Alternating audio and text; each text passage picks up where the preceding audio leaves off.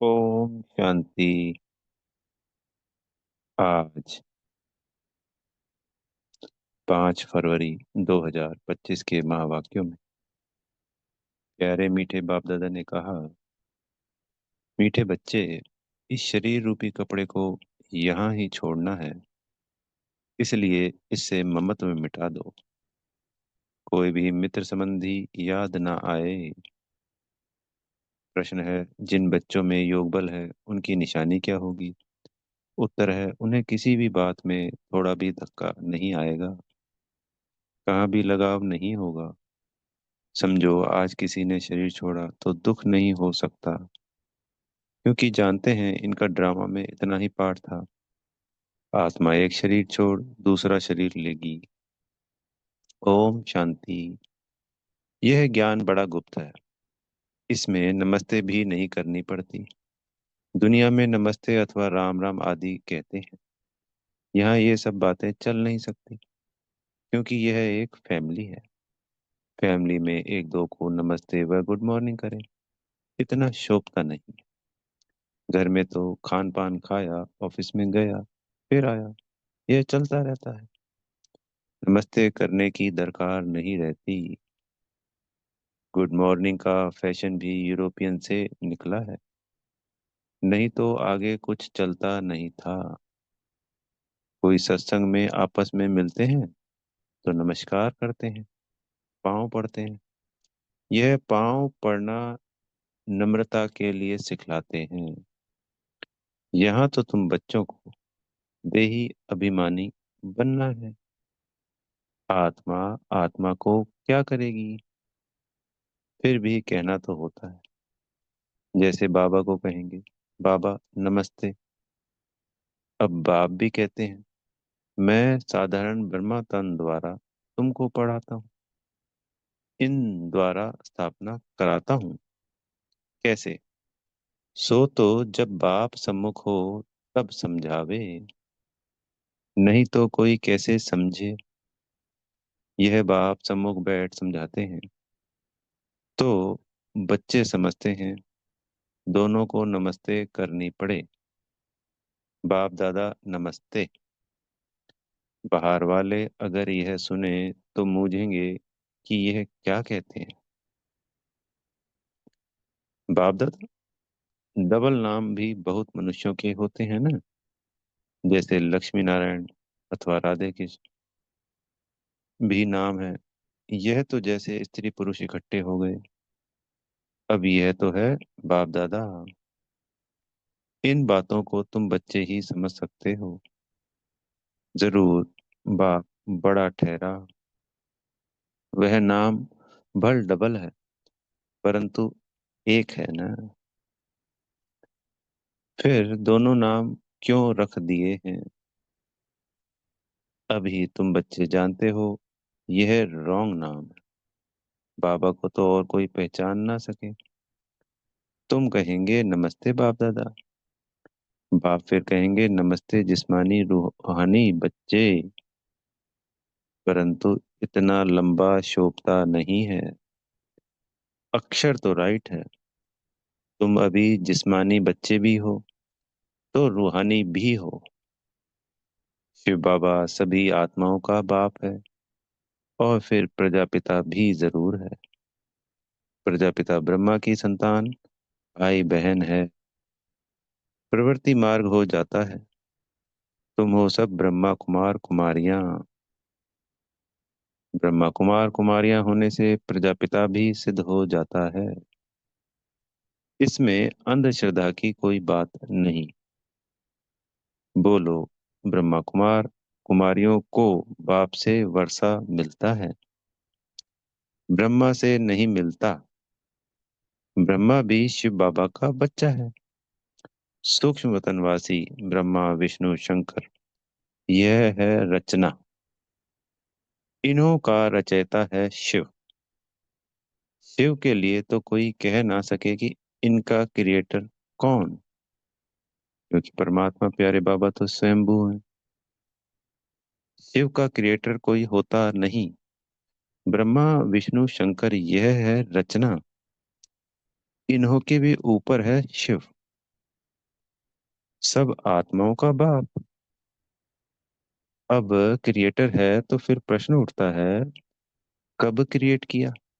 नहीं, यह तो अनादि है। इसका ना आदि है ना अंत है, अनादि है। इतनी आत्माओं को कब क्रिएट किया, यह प्रश्न नहीं उठ सकता। यह अनादि ड्रामा चला आता है, बेअंत है। इसका कभी अंत नहीं होता। यह बातें तुम बच्चे में भी नंबरवार समझते हैं। यह है बहुत सहज।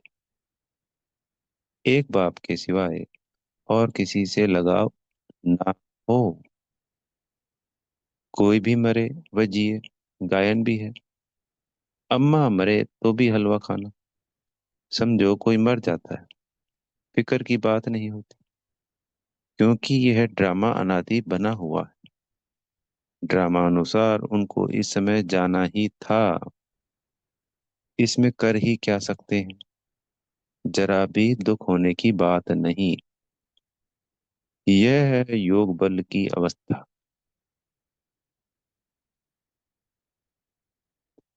लॉ कहता है जरा भी धक्का नहीं आना चाहिए। सब एक्टर्स है ना, अपना अपना पार्ट बजाते रहते हैं। बच्चों को ज्ञान मिला हुआ। बाप से कहते हैं, हे परमपिता परमात्मा आकर हमको ले जाओ। इतने सब शरीरों का विनाश कराए, सब आत्मा को साथ में ले जाना, यह तो बहुत भारी काम है। यहाँ तो कोई एक मरता है तो 12 मास रोते रहते हैं। बाप तो इतनी ढेर सारी आत्माओं को साथ ले जाएंगे।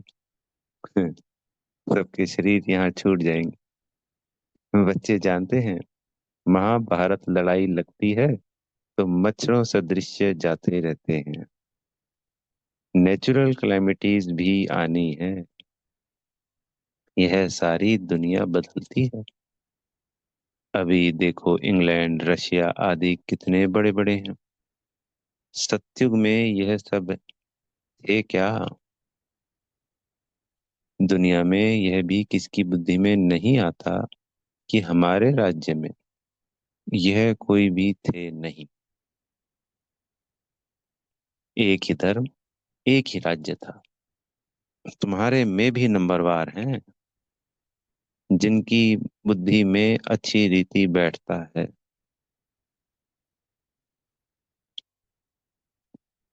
अगर धारणा हो तो वह नशा सदैव चढ़ा रहे। नशा कोई को बहुत मुश्किल चढ़ा रहता है।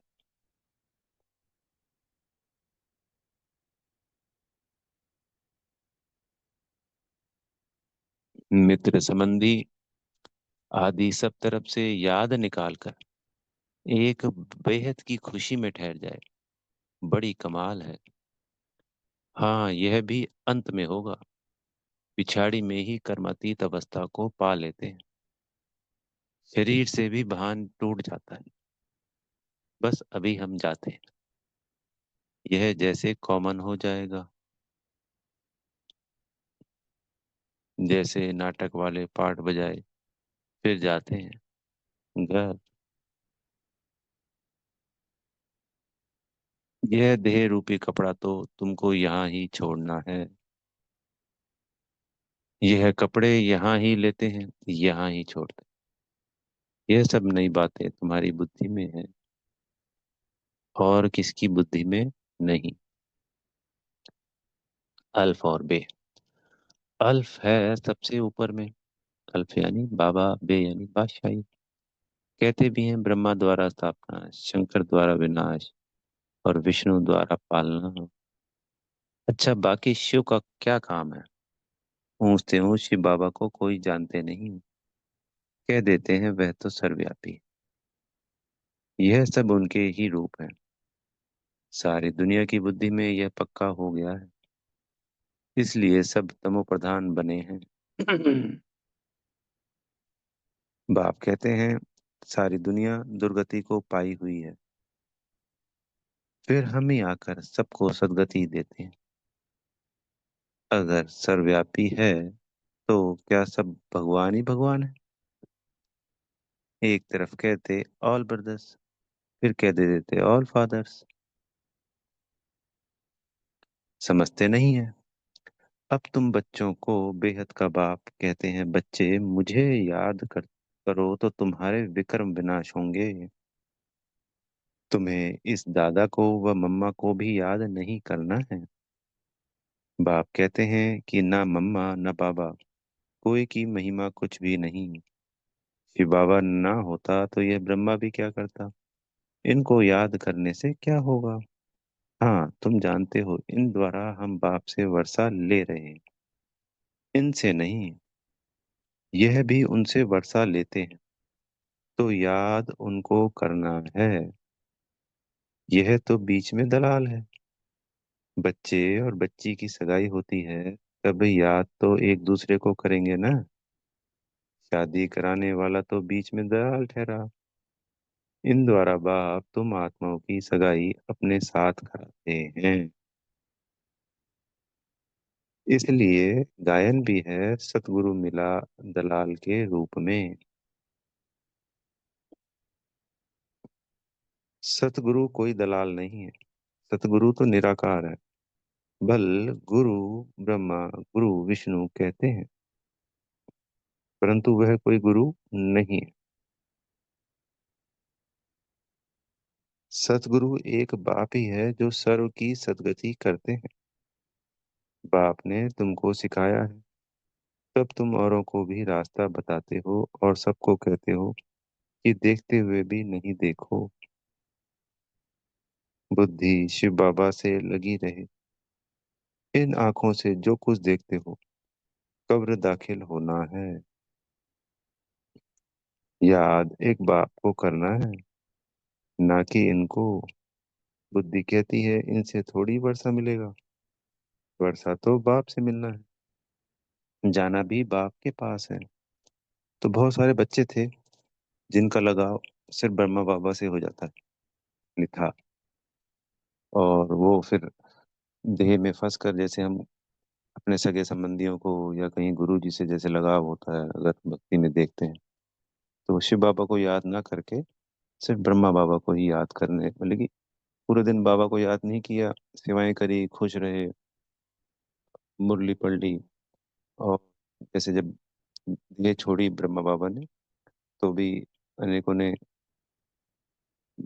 मतलब कि खूब, जैसे बाबा बता रहे हैं कि मरे तो रोते हैं धोते हैं करते हैं, इस तरीके से, क्योंकि लगाव होगा तो ऐसा ही होगा। तो बाबा यहाँ क्लियर करते हैं। अब कई मुरलियों में कहते हैं भाई इस कभी रिगार्ड करना है। अब कई बच्चे रिगार्ड ही नहीं करते, उनकी बात ही नहीं मानते, तो बाबा को वो मुरलियां भी चलानी पड़ती। हर बच्चे के हिसाब से बाबा मुरलियां चलाते हैं। इसलिए कई जगह कहते हैं कि जैसे आज की मुरली में बिल्कुल ही नहीं करना, याद नहीं करना, रिगार्ड करना है, और याद सिर्फ मुझे करना है। और कई मुरलियों में उनको कहना पड़ता कि इनका रिगार्ड करो, इनको, इनकी बात मानो, इनकी मत ही मेरी श्रीमत है, अगर ये भी दिखता है तो अलग अलग प्रकार के बच्चे हैं। जाना भी बाप के पास है।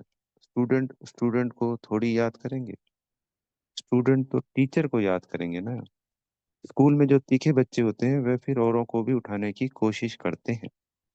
बाप भी कहते हैं एक दो को ऊंचा उठाने की कोशिश करो, परंतु तकदीर में नहीं है तो पुरुषार्थ भी नहीं करते, थोड़े में ही राजी हो जाते हैं। समझाना चाहिए, प्रदर्शनी में बहुत आते हैं। बहुतों को समझाने से उन्नति बहुत होती है।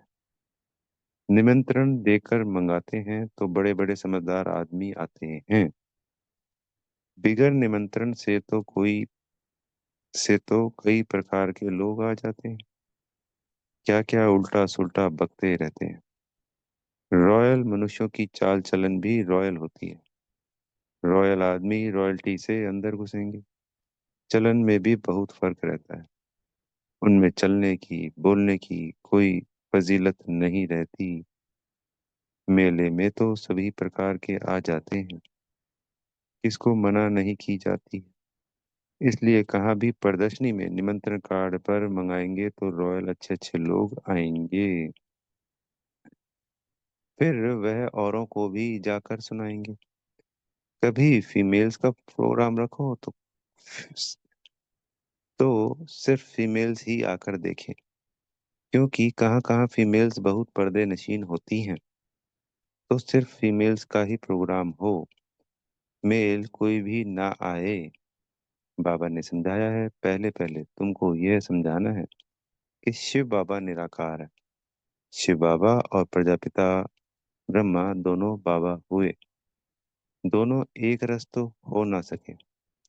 जो दोनों बाबाओं से वर्षा मिले, वर्षा दादे का या बाप का मिलेगा। दादे की मिल्कियत पर हक लगता है, भल कैसा भी कपूत बच्चा होगा तो भी दादे का वर्षा मिल जाएगा। यह यहाँ का कायदा है। समझते भी हैं इनको पैसे मिलने से 1 वर्ष के अंदर उड़ा देंगे, लेकिन गवर्नमेंट के लॉ ऐसे हैं जो देना पड़ता है। गवर्नमेंट कुछ कर नहीं सकती। बाबा तो अनुभवी है। एक राजा का बच्चा था, 1 करोड़ रुपया एक 12 मास में खत्म कर दिया। तो सोचिए, उस जमाने में जब ब्रह्मा बाबा है, 1 करोड़ रुपया कितना होगा? आज के 1 अरब के बराबर है। और सिर्फ 12 महीने में वो खत्म कर दिया उस जमाने। और शायद 1 अरब से भी ज्यादा होगा, क्योंकि उस वक्त का 1 रुपए का चांदी का सिक्का आज 1000 रुपए का है।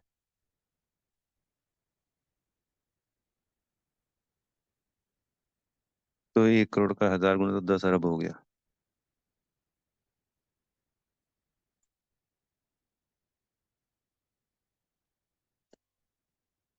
ऐसे भी होते हैं। शिव बाबा तो नहीं कहेंगे कि हमने देखा है। यह दादा कहते हैं, हमने ऐसे बहुत मिसाल देखे। यह दुनिया तो बड़ी गंदी। यह है ही पुरानी दुनिया, पुराना घर। पुराने घर को हमेशा तोड़ना होता है। इन लक्ष्मी नारायण के राजाई घर देखो कैसे फर्स्ट क्लास है। अभी तुम बाप द्वारा समझ रहे हो, और तुम भी नर से नारायण बनते हो। यह है भी सत्यनारायण की कथा। यह भी तुम बच्चे ही समझते हो। तुम्हारे में भी पूरे फ्लावर्स अभी बने नहीं हैं। इसमें रॉयल्टी बड़ी अच्छी चाहिए। तुम उन्नति को दिन प्रतिदिन पाते रहते हो, फ्लावर बनते जाते हो। तुम बच्चे प्यार से कहते हो बाप दादा। यह भी तुम्हारी नई भाषा है, जो मनुष्यों की समझ में नहीं आ सकती। समझो, बाबा कहाँ भी जाए तो बच्चे कहेंगे बाप दादा नमस्ते। बाप रिस्पॉन्ड देंगे रूहानी जिस्मानी बच्चों को नमस्ते।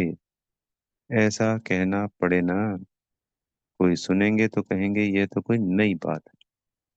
बाप दादा इकट्ठे कैसे कहते हैं? बाप और दादा दोनों एक कभी होते हैं क्या? नाम भी दोनों के अलग अलग है। शिव बाबा, ब्रह्मा दादा। तुम इन दोनों के बच्चे हो। तो यहाँ पे शिव बाबा तो पिता हैं, और ब्रह्मा दादा यानी बड़े भाई, दादा। और जब ब्रह्मा बाबा को बाबा हैं हमारे, तो उनके पिता हैं शिव बाबा, और वो हमारे हो गए दादा। तो उन दादा से हम अपना वर्षा ले रहे हैं।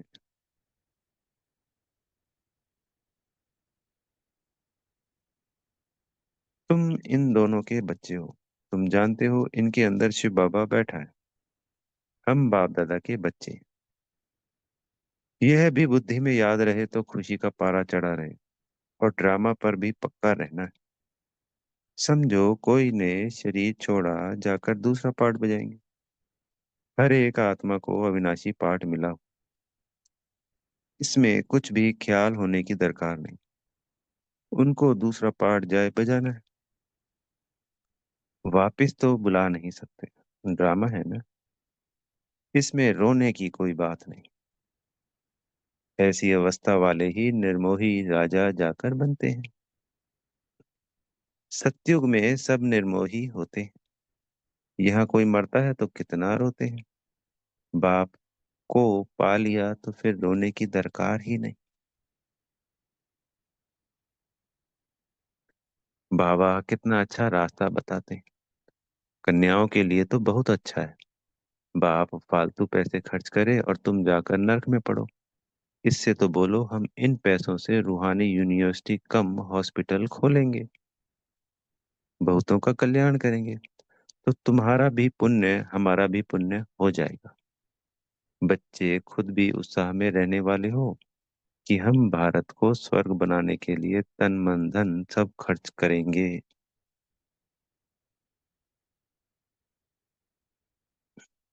इतना नशा रहना चाहिए। देना हो तो दो, और ना देना हो तो ना दो। तुम अपना कल्याण और बहुतों का कल्याण करना नहीं चाहते। इतनी मस्ती होनी चाहिए। खास कुमारियों को तो बहुत बड़ा होना चाहिए, बहुत खड़ा होना चाहिए।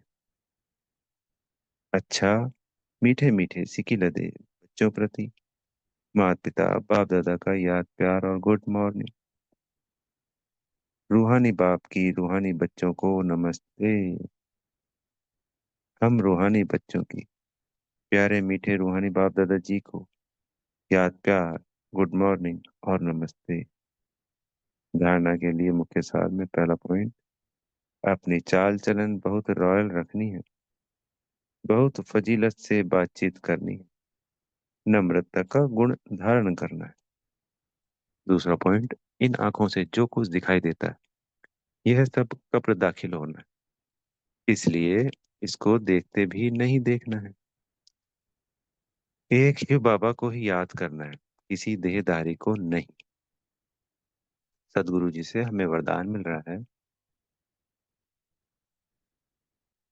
स्वयं में हम समाएंगे मास्टर ज्ञान सागर बन, गुड़ियों का खेल समाप्त करने वाले, स्मृति सो समर्थ स्वरूप भव।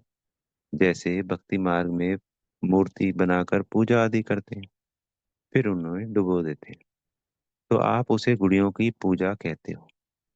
ऐसे आपके सामने भी जब कोई निर्जीव असार बातें ईर्ष्या अनुमान आवेश की आ जाती हैं, और आप उनका विस्तार कर अनुभव करते या कराते हो कि यही सत्य है, तो यह भी जैसे उनमें प्राण भर देते हो।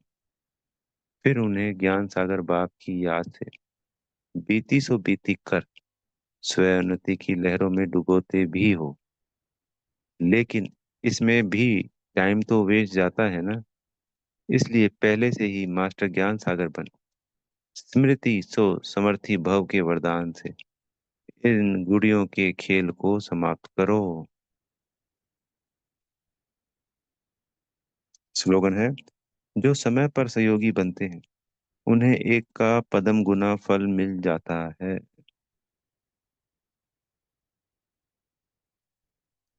अव्यक्त इशारे हैं आज में, एकांत प्रिय बनो, एकता और एकाग्रता को अपनाओ। जो भी राजनेताओं व धर्म नेताएं हैं उन्हों को पवित्रता और एकता का अनुभव कराओ। इसी कमी के कारण दोनों सत्ताएं कमजोर हैं। धर्म सत्ता को धर्म सत्ताहीन बनाने का विशेष तरीका है पवित्रता को सिद्ध करना, और राज्य सत्ता वालों को आगे एकता को सिद्ध करना।